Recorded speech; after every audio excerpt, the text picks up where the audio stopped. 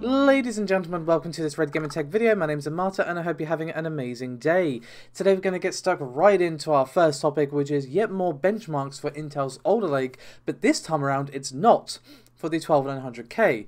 Obviously it's all well and good, it's great to discuss the flagship, the big boy, the big guns, but a lot of people are not going to be going for the most expensive SKU. They're going to be looking at something in the mid-range like the i5 12600K for example, and today we do have some benchmarks for this very same Alder Lake processor. As for the specifications of the 12600K, the rumours so far are pointing to a 10-core configuration with 6 Golden Cove cores and 4 Gracemont cores, and because of the unusual setup of Alder Lake's architecture, we will see a rather unusual setup of 10 cores and 16 threads, and as for the clock speed, we are going to be allegedly seeing a all-core boost of 4.6 GHz. But with all the preamble out the way, let's talk benchmarks, let's talk results, shall we?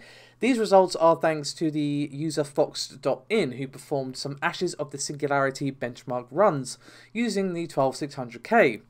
Now, there are several caveats before I dive in. They performed 13 Ashes of Singularity runs on the 12600K, but we only saw one of them actually complete successfully, and there's huge variations between the results. So, obviously this means the benchmark itself is not optimized for the hybrid design and is failing to utilize the cores correctly, and not to mention there's still things like a BIOS and tweaks on like the operating system and stuff like that to consider that undoubtedly will be coming when Alder Lake releases. And when I say there's some wild variation, I am not exaggerating. For example, when benchmarking on the crazy 1080p preset, the results range from 39 frames per second all the way up to 110. But on a different preset, the medium preset, we see scores between 37 and 40 FPS. So it's extremely weird that we see similar results at different graphic presets, I'm sure you'd agree. And this just shows that the best benchmark is just not optimized for 12600K yet. However, if we just take the 110 FPS result, where this is most likely the only valid result where the software actually utilized the cores correctly, we actually get a more complete picture.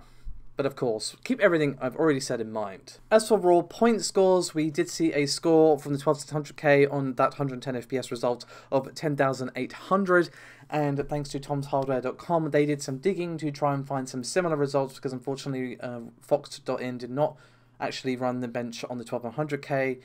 But we do see the 10600K being beaten by about 1,000 points. They had a score of 9,800, which means a 10.2% performance uplift. But comparing it to Camp Ryzen, however, the Ryzen 5 5600X, that scored 8,100 points on that same crazy 1080p preset, which means a 33.3% higher performance on the Alder Lake side. So obviously I said a bunch of caveats and all of this stuff, but I still think this is very, very interesting, and we can definitely keep this in mind for when Intel actually finally gives us the official specs and, release date, prices, and of course some more complete benchmark tests.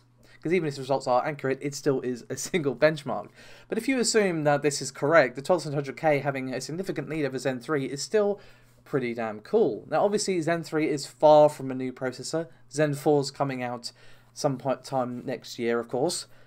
But Intel have just been really struggling to compete against Zen 3, and Alder Lake I think is starting to show that the race is definitely on between the two companies once again, which is good for us. We've said like 1,000,000,001 times at this point that competition is obviously better for us, the consumer. And speaking of Alder Lake, Intel have actually released a developer guide for the 12th gen core series, and for example it gives some various details on how to optimize software for the hybrid architecture such as Alder Lake.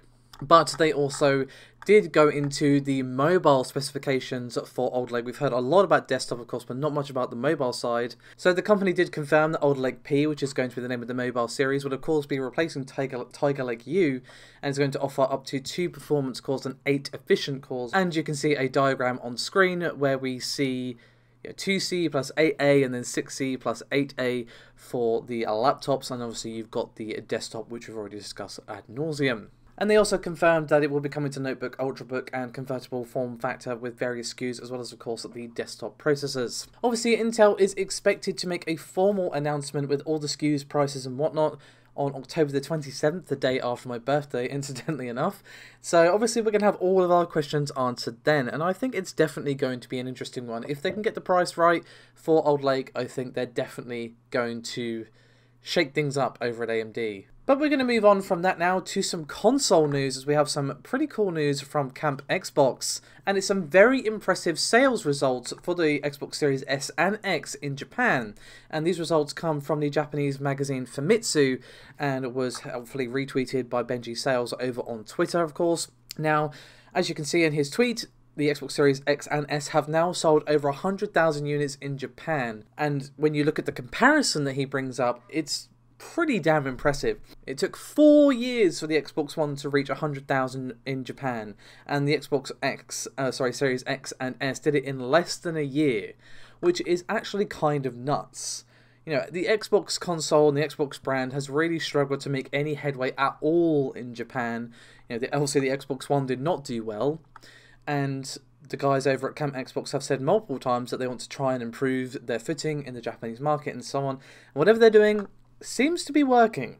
You know, 100,000 units in a year doesn't sound that impressive, but when you compare it to the Xbox One, it very much is. In terms of the actual breakdown, you know, which console sold the most, they apparently sold 64,284 units of the Series X and 38,307 units of the Series S. Now again, this is obviously not even coming close to the sales records of Sony or Nintendo, but again, Xbox has always struggled in Japan, so these are some pretty damn impressive results with that in mind. And we're going to discuss something else Xbox related. This is just kind of throwing in for fun because it's made me chuckle. An official announcement of the Xbox Series X mini fridge, which can hold 12 drink cans, and actually is priced way more reasonably than I expected.